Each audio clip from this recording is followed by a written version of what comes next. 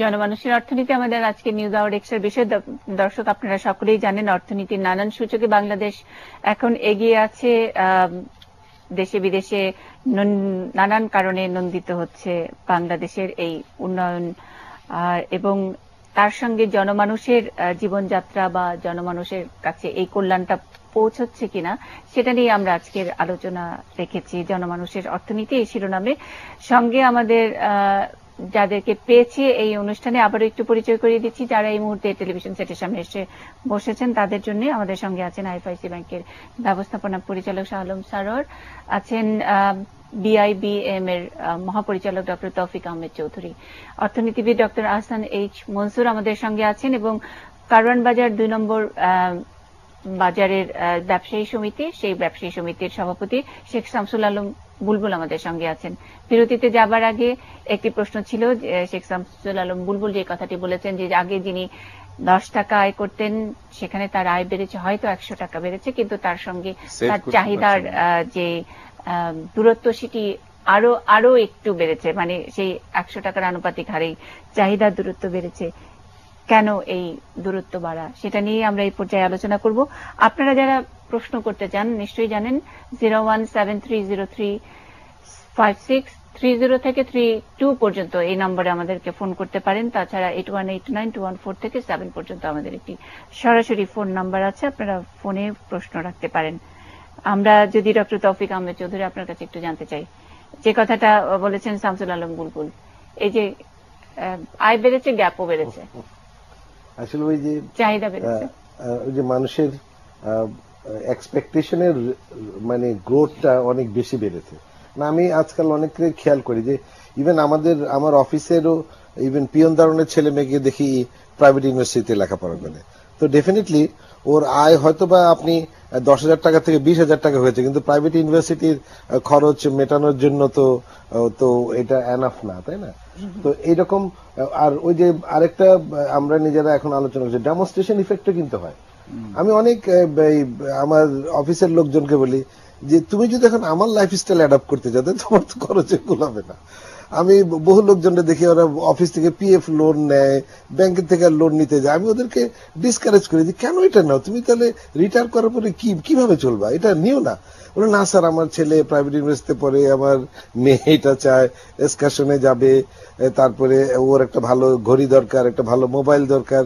তো এই এক্সপেকটেশনের rate of গ্রোথটা আসলে ইনকাম যে হারে বেড়েছে তার থেকে এক্সপেকটেশনটা অনেক বেশি বেড়েছে, যার জন্য ওই গ্যাপটা রয়ে গেছে। বা মানে এটার সঙ্গে তো নিশ্চয়ই শিক্ষা সংস্কৃতির একটা যোগসূত্র আছে। মানে শুধু একটা কথা, আগের কথাটা থেকে একটু শেষ করে আমি এই প্রসঙ্গটাতে আসবো।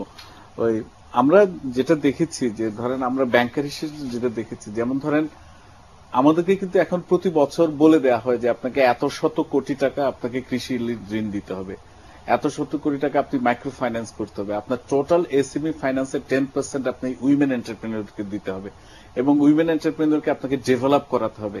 এই বিষয়গুলো কিন্তু আমাদের রেগুলেটরদের কাছ থেকে আসছে সরাসরি। এবং আপনি যদি ধরেন একদম নিষ্ঠুর অর্থনৈতিক প্রবৃত্তির কথা বলেন তাহলে কিন্তু এই ধরনের ডিরেকশনগুলো কিন্তু সাংঘর্ষিক। কিন্তু যদি আপনি কল্যাণমুখী অর্থনীতির কথা বলেন, টেকসই অর্থনীতির কথা বলেন, এই ধরনের বিষয়গুলো হলো পরিপূরক। সো আজকাল আমাদের ওই যে আমি যেটা বলেছি যে আমাদের যারা রেগুলেটর তারা যে শুধুমাত্র নীতি দিয়ে ছেড়ে দিচ্ছেন তা নয়, তারা কিন্তু আইডেন্টিফাই করে দিচ্ছেন যে দেশের এই জায়গায় এই ক্লাস্টারে তোমরা যদি ফাইন্যান্স করো তাহলে এইখানে তাঁত জামদানির জন্য ফাইন্যান্স করা যায়, এখানে কৃষির উপকরণের জন্য ফাইন্যান্স করা যায়, এখানে আপনার পটারির জন্য ফাইন্যান্স করা যায়। এই বিষয়গুলো কিন্তু বাংলাদেশ ব্যাংকের একটা বিরাট কন্ট্রিবিউশন, ওই যে পুরস্কারগুলো কিন্তু এর থেকে আসছে। এখন আসি অন্য বিষয়টা নিয়ে। আপনি একটা কথা তুলেছিলেন, গভর্নেন্স। পুঁজিবাদের বিকাশের সঙ্গে সঙ্গে কনজিউমারিজম কিংবা ভোগবাদিতার একটা দুর্নিবার জোয়ার সৃষ্টি হয়, এবং এটার কোনো সীমা নেই। আপনার যখন প্রথম মৌলিক চাহিদাটা যখন আপনার পরিপূর্ণ হয়ে যায়, এরপরে কিন্তু আপনার যেটা কমোডিটি ফেটিসিজম বলে ইংরেজিতে একটা কথা আছে, ওই জিনিসটা কিন্তু জাগ্রত হয়।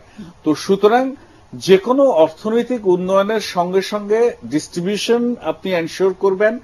তারপরে আপনি ওই যে বললাম যে কারণে আমাদের মাননীয় প্রধানমন্ত্রী পুরস্কার পেয়েছেন যে আপনার ওই এনভায়রনমেন্টটা ক্ষতিগ্রস্ত হচ্ছে কেন এটাকে আপনি আনবেন, কারণ এইবার যে ওয়ার্ল্ড ব্যাংক মানে এইবার যে ডেভেলপমেন্ট গ্রোথ হলো সেখানে কিন্তু এই বিষয়গুলো চলে এসছে, আগে কিন্তু ছিল না। এনভায়রনমেন্ট এসডিজি তে এগুলো এসে গেছে। কিন্তু সবচেয়ে বড় কথা কি, যে কোনো অর্থনৈতিক গ্রোথের সঙ্গে সঙ্গে যদি আপনি সামাজিক এবং সাংস্কৃতিক মূল্যবোধটাকে যদি আপনি ত্বরান্বিত করতে না পারেন, অর্থাৎ আপনার ওই কনজিউমারিজম কিংবা ভোগবাদিতা বা সীমাহীন প্রতিযোগিতা অর্থ প্রাপ্তি করার জন্য, কিংবা মনে করেন আজকে আপনি একজন সাধারণ মানুষকে দোষ দিতে পারেন যে সে একটা জিনিস জোর করে একজন থেকে নিয়ে যাচ্ছে, কিন্তু যিনি 100 কোটি টাকার মালিক উনি কেন আরো 10 কোটি টাকা চাইছেন? বা যিনি মনে করেন যার একটা বাড়ি বানানোর জন্য জায়গার অভাব নেই উনি কেন আবার আরেকজনের জায়গা বা জনগণের জায়গা দখল করে বাড়িটা, মানে জনগণের জায়গা দখল করে উনি বাড়ির ওয়ালটা কেন তুলছেন? এটা কিন্তু আমাদের দেশে একটা পারপ্লেক্সিং একটা কন্ডিশন। অর্থাৎ আমাদের কৃষিভিত্তিক সমাজে যে আমরা পরস্পর, আমি এটা খুব সাধারণ ভাষায় বলি যে আমরা ওই যে আইল ঠেলাঠেলি করে আমরা বড় হয়েছি এবং আমরা শহরে আসার পরেও কিন্তু আমরা ওই জিনিসটাকে ভুলতে পারছি না। এখনো আমরা মনে করছি যে আমি বেঁচে গেলে তোমার কি আসবে যাবে সেটা মানে আমি কেয়ার করি। অর্থাৎ এটা মানে রাস্তায় দেখবেন যে যিনি গাড়ি চালাচ্ছেন কথা যেটা বলছেন, এখন আমরা ছবি তুলি না, আমরা সেলফি তুলি, সেটা একটা জিনিস। কিন্তু আপনি দেখেন এই ঢাকা শহরের সমস্ত খালগুলো কি সব সরকার খেয়ে ফেলেছে?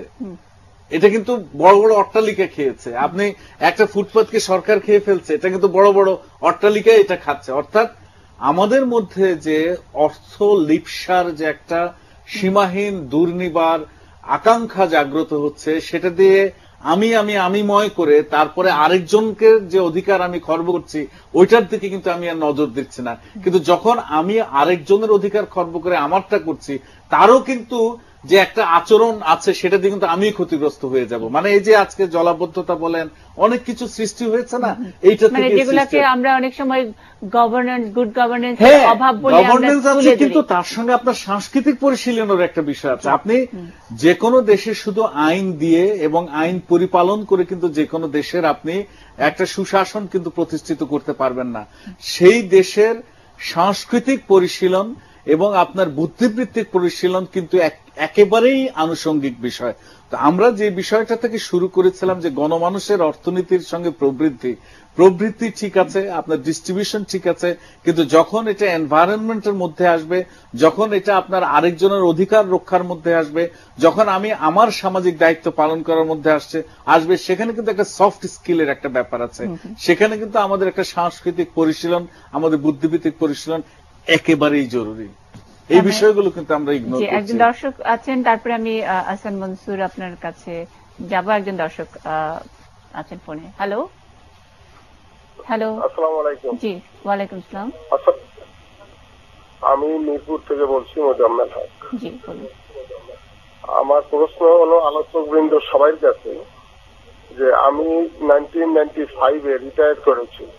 তখন আমার family member we are two দেওয়ার 6 এবং আমরা 4 জন আমি অলরেডি বিবাহ দিয়ে বিদায় দিয়ে দিয়েছি।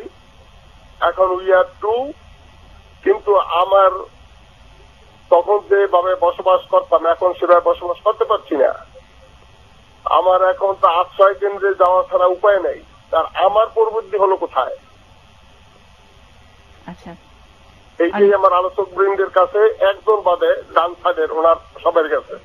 অনেক ধন্যবাদ স্যার। না, ওনার যে প্রশ্নটা সেটা সত্যি ভাবনার বিষয়। কারণ সমাজে সবসময় there will be people who will be left behind, যারা পিছনে পড়ে যাবে, এবং তাদেরকে কিন্তু সঙ্গে নিয়ে যাওয়াটাই হচ্ছে আমাদের সবার, যারা আগে আছি বা সরকার, তাদের দায়িত্ব। তাদেরকে পিছিয়ে ফেলে গেলে কিন্তু চলবে না। তো যেখানে আমাদের সমাজে সবচেয়ে ক্ষতিগ্রস্ত হয়েছে কারা? যারা ফিক্সড ইনকাম আর্নার, তারা কিন্তু সবচেয়ে বেশি ক্ষতিগ্রস্ত হয়েছে। কারণ তাদের যদি ইনকামটা ফিক্সড থাকে, বিশেষ করে রিটায়ারি, তাদের ইনকামটা কিন্তু একেবারেই ফিক্সড, এবং আমাদের অ্যাডজাস্টমেন্টটা কিন্তু ব্যাকওয়ার্ড ওইভাবে হয় না, এবং হলেও হয়তো খুব কদাচিৎ হয় এবং খুব অল্প সামান্য হয়। ফলে রিটায়ারিরা কিন্তু খুবই ক্ষতিগ্রস্ত। ইভেন আমি কমপ্লেনও পেয়েছি যে সেক্রেটারি লেভেলে যারা আছেন তাদেরও রিটায়ারমেন্ট এখন শুধুমাত্র যদি রিটায়ারমেন্টটাকে ধরা হয় কয়েক হাজার টাকা, কয়েক হাজার মানে 10-এর বেশি হবে না। তো এই যে সেক্রেটারি, সিনিয়র সেক্রেটারি হিসেবে যারা রিটায়ার করেছেন তাদের বেতন যদি 10,000 টাকা হয়, বাংলাদেশে ঢাকা শহরে মানে কিভাবে তারা থাকবে? Pension, retirement pension. তো এই জিনিসগুলো নিয়ে আমাদের ভাবতেই হবে অবশ্যই। তো আমি যেটা একটা কথা বলবো যে সামগ্রিকভাবে যদি আমরা দেখি, কারণ আলটিমেটলি তো আমাদেরকে মাইক্রো লেভেল নিয়ে চিন্তা করতে হবে, কিন্তু ম্যাক্রো দিয়ে দেখতে হবে। তো ম্যাক্রো হচ্ছে যে বলছে যে আমাদের যেখানে আমাদের প্রভার্টি ছিল 75% উপরে জনগোষ্ঠী, সেটা এখন 24-এ নেমে এসছে। কিন্তু তারপরেও আপনি যেটা বললেন কারণ বাজারে যে মিন্ত্রীদের অবস্থা, বা কিছু সংখ্যক রিটায়ারি যাদের অ্যাসেট ভ্যালুটা অ্যাপ্রিসিয়েট করে নেই, বা তাদের অ্যাসেট ছিল না হয়তো, সে কারণে তারা পিছিয়ে পড়েছেন, তাদের অবস্থা, এগুলো কিন্তু সেই 24% মধ্যে আছে যারা এখনো বিলো পভার্টি বা they are moving into the poverty.